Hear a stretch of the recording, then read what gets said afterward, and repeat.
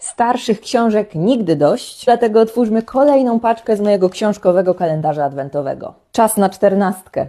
A dla przypomnienia, wczoraj w kalendarzu znalazłam 2 świetne okładki Stefana Norblina. Do dzieła. 14 jest niewielka, ale większa od pozycji wczorajszej. Tak mi się wydaje. Mróz.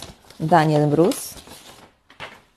Tak. Ludwik Jerzy Kern. Do widzenia zwierzęta, a ilustracje i opracowanie graficzne to na 100% Daniel Mróz.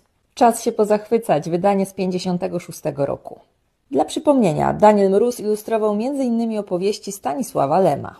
Jego niesamowite prace mogliście też oglądać w przekroju. A w tej pozycji mamy z jednej strony zaskakujące wiersze Ludwika Jerzego Kerna, a z drugiej zaskakujące prace Daniela Mroza. Coś mi się wydaje, że jednak w najbliższych dniach zbiorę w jednym miejscu moje książki ilustrowane przez Daniela Mroza, bo z każdym dniem mam ich coraz więcej.